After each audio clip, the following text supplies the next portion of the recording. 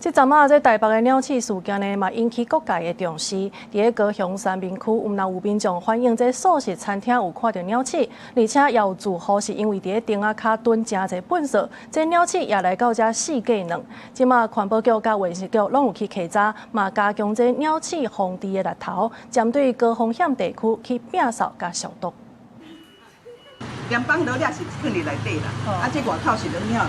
真正的民眾帶記者看當鳥鼠的人啊，厝內厝外攏有坑，若閣甲聯邦算入去，真正足濟大。高雄三民區頂強街這位民眾指控，因為厝邊長期捡回收回來囤佇咧頂仔腳，環境垃圾鳥鼠啊一大堆。民眾講對方講袂存車，環保局來查嘛無咧信道，檢查過閣開始捡，鳥鼠一直來，伊實在真無奈。我檢舉啊，做神的來對我，因為講無啥效，我真正受不了，鳥鼠安尼。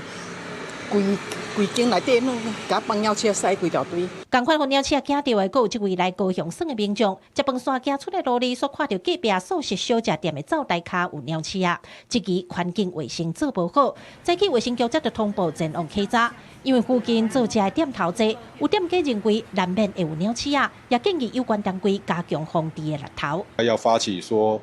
可以捕鼠的活動，或者是捕鼠的方式，因為等到像台北那麼多之後，再來防範的話，我想可能就會比較慢一點。不讓鼠來，不讓鼠吃，不讓鼠住，這個共識必須要積極的推廣啦。產品防治法的這個公告的事項針對高風險場域，包含這個市場、攤機場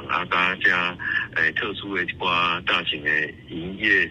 加有假設的這個場所會去拜託因要求講愛去積極從事滅鼠工作。衛生局講，初召開的跨局處會議，除了請專家學者來指導，針對高風險地區加強宣導甲環境摒掃消毒以外，因為外國的鳥鼠啊會造成更加嚴重的肺部症頭，因此要特別針對港口的部分來加強防治，對源頭直接消滅漢他病毒。記者柯家珠、柯超陽高雄場報道。